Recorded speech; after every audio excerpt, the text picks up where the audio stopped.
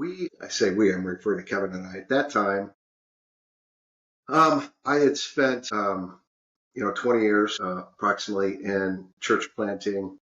I had worked with a larger denominational system in a variety of different roles. I had connected a lot with leaders locally and even nationally in nonprofit areas.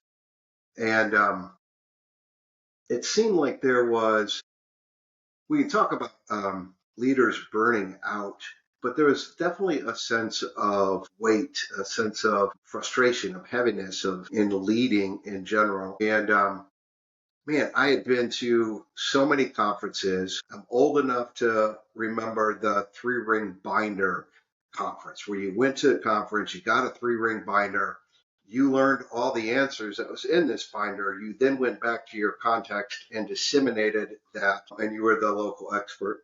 So I remember that context. And then we're obviously in a different technological age right now. I mean, we're doing this video, right? And so content became incredibly available. And if you wanted to plant a church, you could connect with Tim Keller's group back in the day. If you wanted to learn leadership, you could probably sign into a class at Harvard.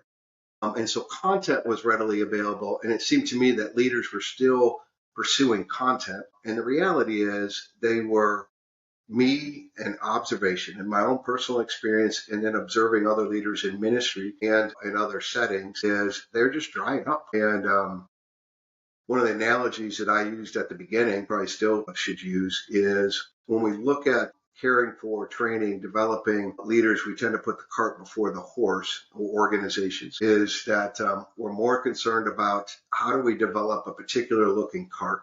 How do we get it to and look nice, to run nice, the ministry programs, the nonprofit programs, whatever it is, same thing in business. And meanwhile, the horse is not being fed. The horse is getting weaker and tired. And before you realize it, it don't matter how much time, energy, effort, and how pretty that cart looks if the horse ain't pulling it. And so Cultivate Renewal kind of said, how can we kind of focus on the core being of the leader of the organization, whether it be a church, nonprofit, or business.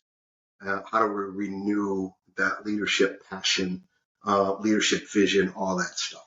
And so that's why it started. It started out of me spending 20 years plus doing this, going, all these conferences, all these books, all the three-ring binders, all the content really is not helping me.